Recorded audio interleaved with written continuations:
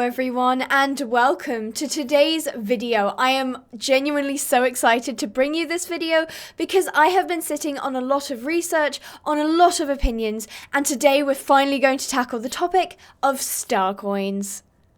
So, I have seen recently a lot of discussion in the community about star coins.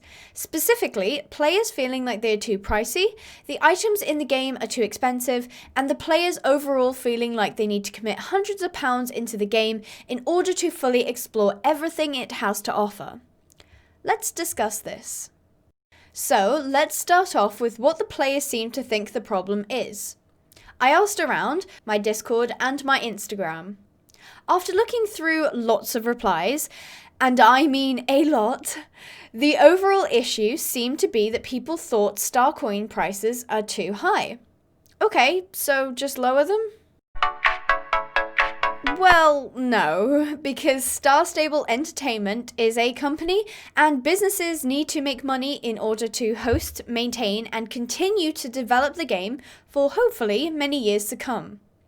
They need to pay the team, pay for server hosting, an office space, electricity, emergency funds, and on top of all of this, also needing to provide a return for their shareholders and investors, meaning that they have to walk a fine line between offering value for money to the players and ensuring enough income to thrive as an operation.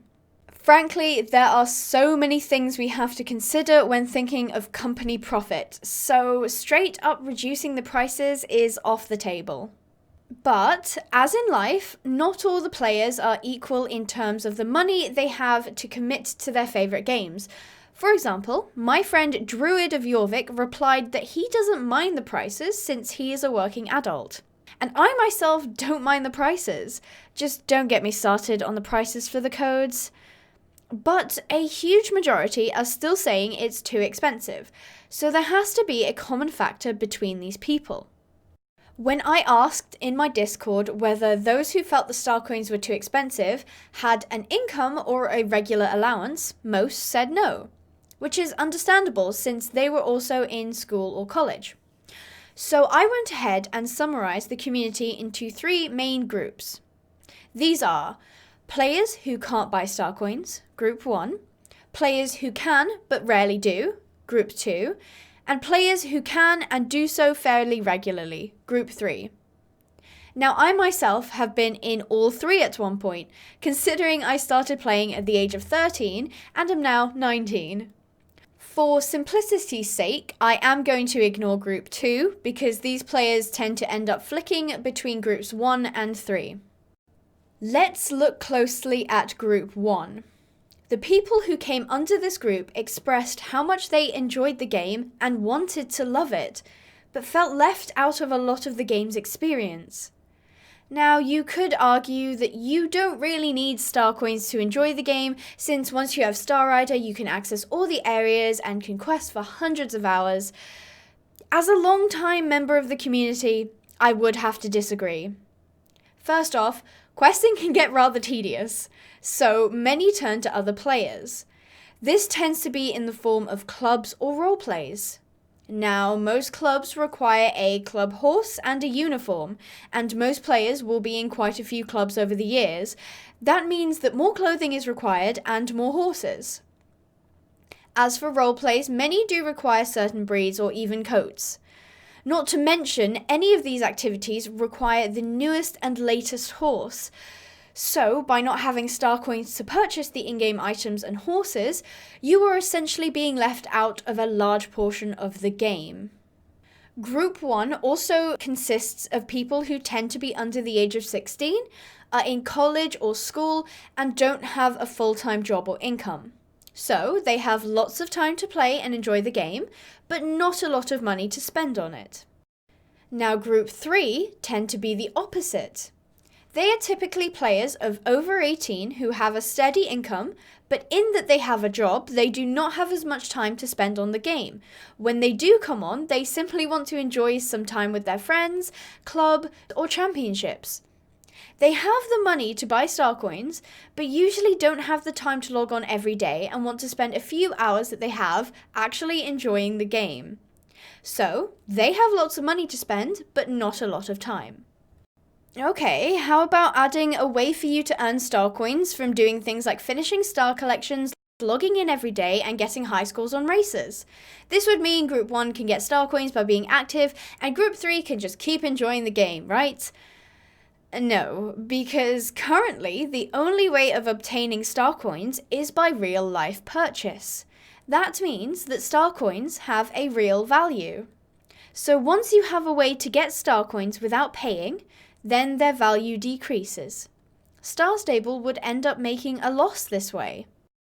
And I know some people have suggested a trading and selling system, but games like Animal Jam have proven that those kind of systems between players don't work because scamming becomes a thing and it would become the main focus of the game.